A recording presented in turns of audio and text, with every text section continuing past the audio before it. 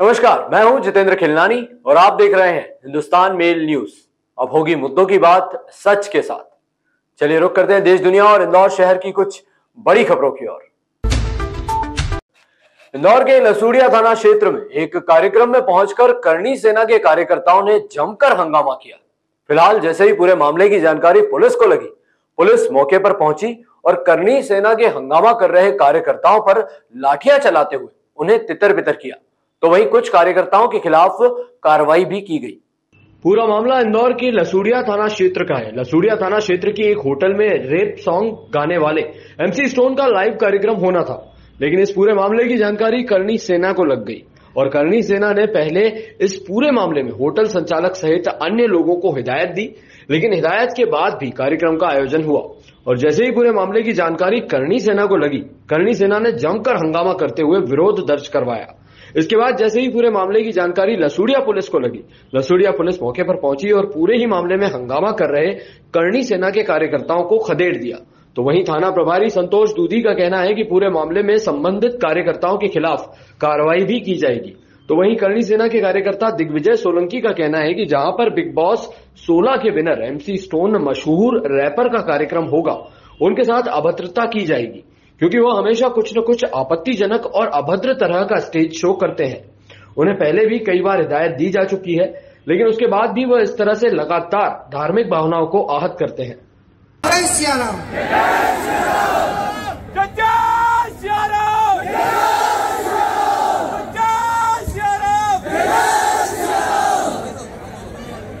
भैया MC stand फट रही है क्या? यहाँ आओ ना पहलवान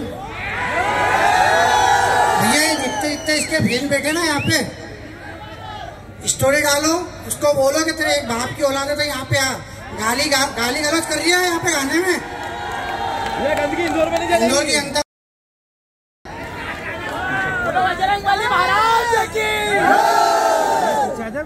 ये सुन लो ना मेरे भाई लोग, ये इंदौर की जनता सभी लोग स्टोरी डालना, इंस्टा पे फेसबुक जहाँ डालना, ये इसके गाने में जहाँ गाली गलौज होगी साले में वहीं जाके लपड़ मार के आएंगे।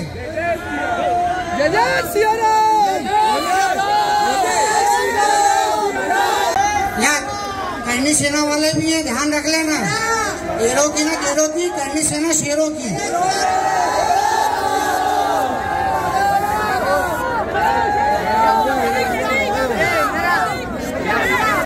इंदौर क्राइम ब्रांच के द्वारा लगातार नशीले पदार्थों की तस्करी करने वाले आरोपियों की धरपकड़ की जा रही है। इसी कड़ी में इंदौर क्राइम ब्रांच ने एक आरोपी को गिरफ्तार किया है। उसके पास से एंटी ड्रग्स बरामद किए गए हैं।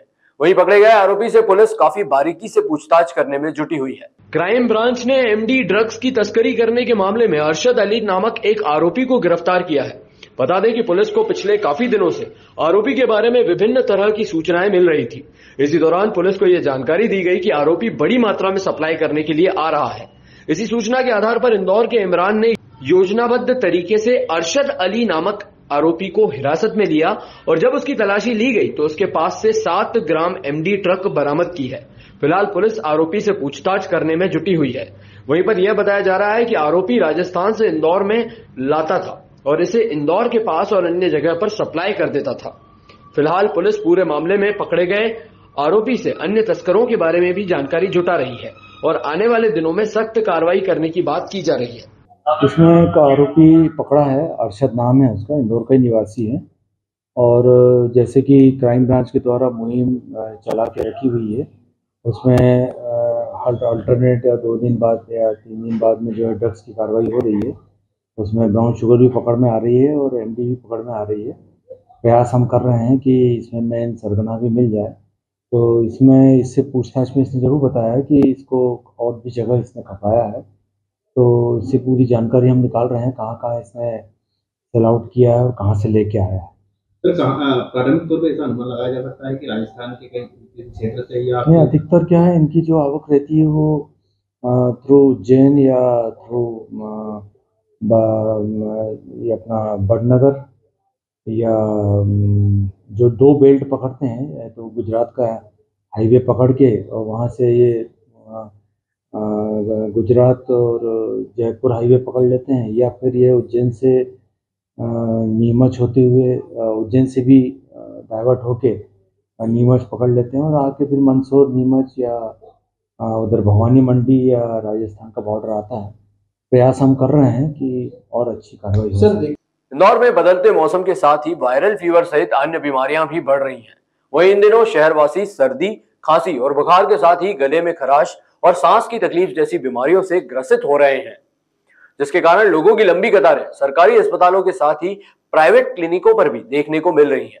वहीं शहर में बढ़ती बीमारियों को स्वास्थ्य विभाग ने भी कमान संभाल ली है। दरअसल इंदौर के आसपास में वायरल फीवर के मरीजों की तादाद लगातार बढ़ती जा रही है, जहां ओपीडी के बाहर लोगों की कतार में लगना भी शुरू हो चुकी है, जिनमें सबसे ज्यादा प्रभावित बच्चे नजर आ रहे हैं। वहीं इसमें गले में खराश, लगातार खांसी चलना, सांस लेने में दिक्कत होना जैसी समस्याओं से जूझना पड़ रहा है। वहीं ज्यादातर ओपीडी में मरीजों की संख्या भी दोगुनी हो चुकी है। गौरतलब है कि मौसम में लगातार हो रहे परिवर्तन के कारण बीमारियों ने लोगों को अपनी चपेट में ले लिया है, जिसके कारण अस्पतालों की ओपीडी में मरीजों की संख्या में लगातार बढ़ोतरी हो रही है। वहीं बढ़ने वाले मरीजों में 80% सर्दी जुकाम के मरीज सामने आ रहे हैं। वहीं ऐसा ही कुछ हाल बच्चों के अस्पताल में भी देखा जा रहा है। अभी अस्पतालों में देखने में क्या आया है कि हमारे ओपीडी में लगभग सर्दी खांसी के 40% केसेस बढ़ गए। इसमें स्पेशली ये देखा जा रहा है कि बच्चों की संख्या खूब अधिक है।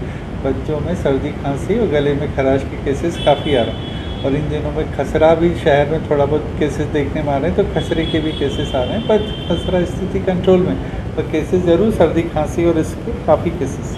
प्रिकॉशन के लिए पहले भी कई बार, जैसे कोविड के समय अपन भीड़ भाड़ के एरिया में जाने से बचें, प्रोटोकॉल्स को वही फॉलो करें जो कोविड के समय में। सर्दी खांसी के मरीज जब तक जरूरी नहीं हो भीड़ भाड़ वाले एरिया में ना जाएं, मास्क लगाएं, सैनिटाइज़र का यूज़ करें, सैनिटाइज़र जो है उनको यूज़ करें, हाथ बार बार धोएं और बस घर में रहें और अपने आराम से रहें। तकलीफ होने पर तुरंत अपने नज़दीक के अस्पताल में जाके इलाज करें।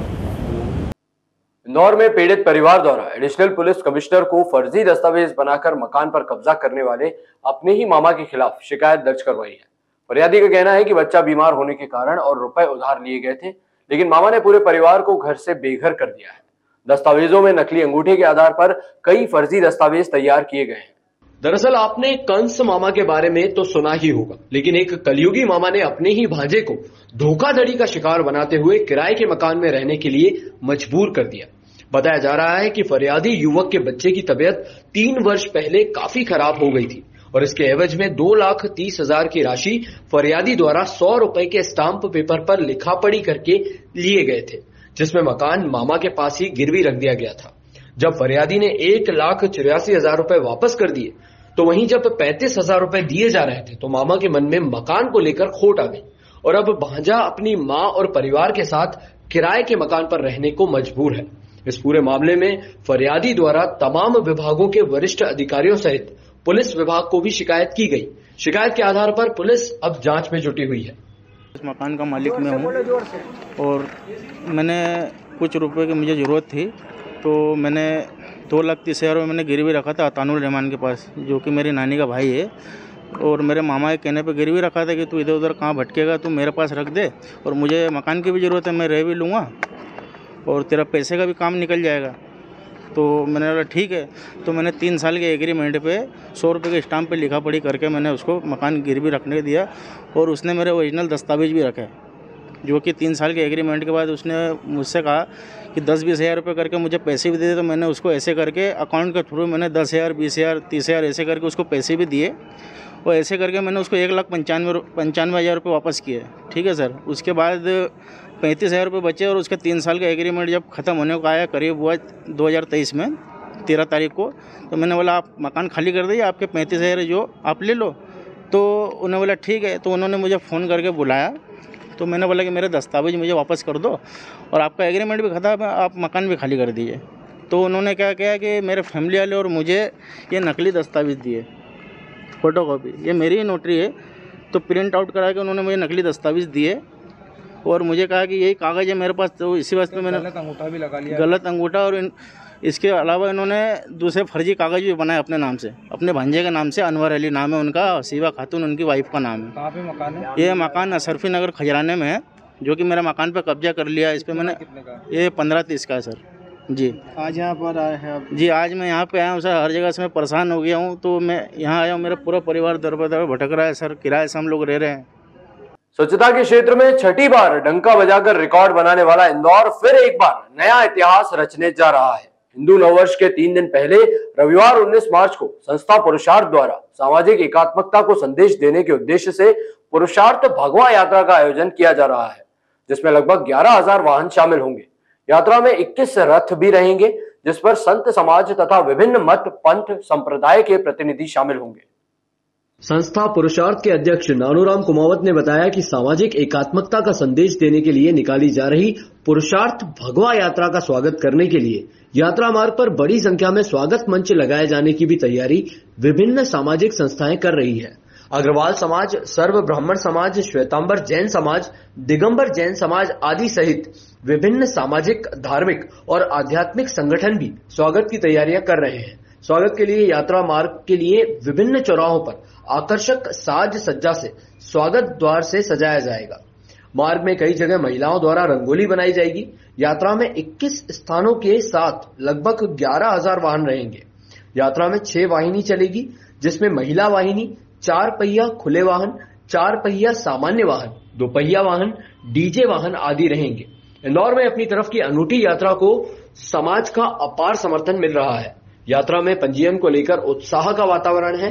घर पर पीले चावल देकर लोगों को यात्रा का निमंत्रण दिया जा रहा है। किस तरीके की यात्रा है?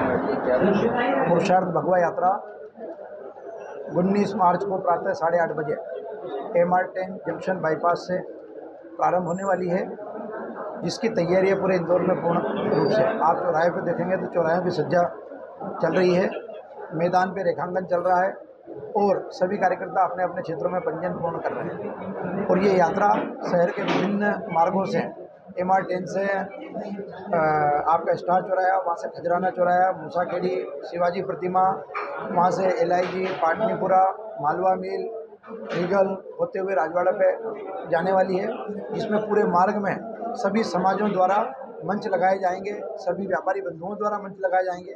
और ये यात्रा 11,000 वाहन और 21 रथों के माध्यम से निकलने वाली है, जिसमें सभी मत पंथ संप्रदाय के समाज, जन और संत वृंद रहने वाले हैं। और ये यात्रा एक सामाजिक एकात्मता का संदेश देगी।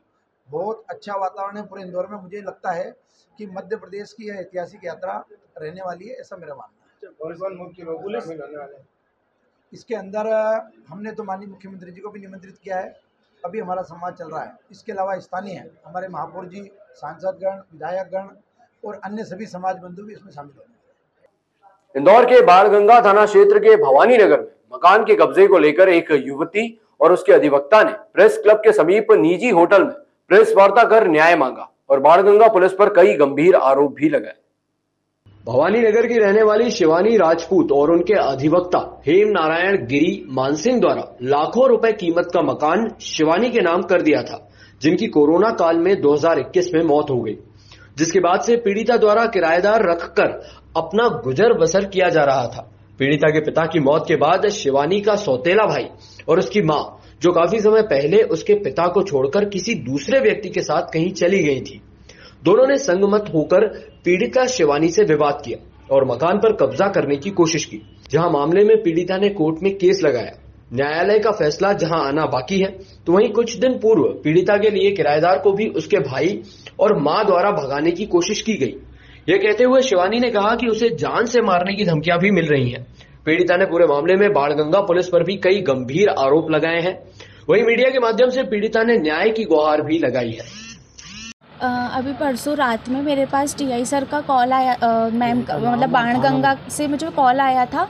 तो उन्होंने मुझे बोला था कि आपको वहाँ पे आना है। तो मैं वहाँ पर गई शाम के समय, मतलब रात के समय 7 बजे तक। तो मुझे डायरेक्टली TI सर ने बुलाया।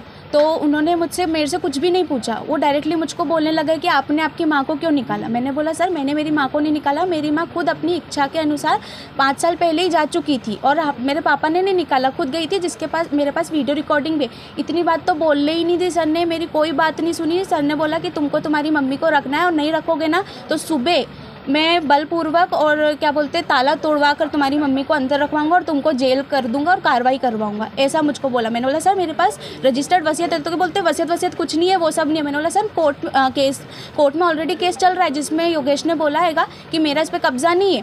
तो बोलती उसका छोड़ो, कोर्ट में केस चल रहा है, तुम्हारे पास कोर्ट का आदेश है। मैंने बोला सर चल रहा है, आदेश कहाँ से लाऊं मैं? तो बोले तुम्हारी मम्मी को तो तुमको रखना पड़ेगा। मैंने बोला सर मैं नहीं रखूँगी, चाहे मैं मर जाऊँगी, क्योंकि मेरी मम्मी ऑलरेडी जब भागी थी ना तो मेरे पापा को जहर देकर भागी थी, जिसकी MLC रिपोर्ट करवाई थी मैंने, जो कि विजयनगर थाने में है। और मेरे पापा का बयान भी हुआ था जिसमें पापा ने सीधा बोला था कि मेरी पत्नी मुझको जहर देकर गई है। शिवानी राजपूत का एक मकान है भवानी नगर राम ठाकुर के मकान के पीछे, जिसे पुलिस थाना बाणगंगा के TI राजेंद्र सोनी और पुलिस अधिकारी द्वारा शिवानी राजपूत के सौतेले भाई जो कि भागीरथपुरा में रहता है और उनको छोड़कर 5 साल पहले जा चुकी माता अनीता राजपूत जो कि वर्तमान में कुशवाहा नगर में रहती है, उनके साथ संगनमत होकर उनसे सांठगांठ करके इसके मकान पर अवैध कब्जा करवाया जाने का प्रयास किया जा रहा है। और जिसके लिए इन्होंने थाने में 100 नंबर और 181 सब जगह शिकायत की है, लेकिन इनकी कोई सुनवाई नहीं हो रही है। और थाना राजेंद्र सोनी TI बाणगंगा के TI राजेंद्र सोनी द्वारा इन्हें धमकाया गया है कि अगर भाई और माता को मकान का कब्जा नहीं सौंपा तो वो इनको झूठे केस में फंसा के जेल में डाल देंगे। आप क्या करेंगे इसके बाद? अगर इसके बाद हमने पुलिस कंप्लेंट की है। हम इसी तरह की और भी खबरों के लिए आप देखते रहिए हिंदुस्तान मेल न्यूज, जिसके लिए आप हमारे चैनल को सब्सक्राइब करना ना भूलिएगा। धन्यवाद।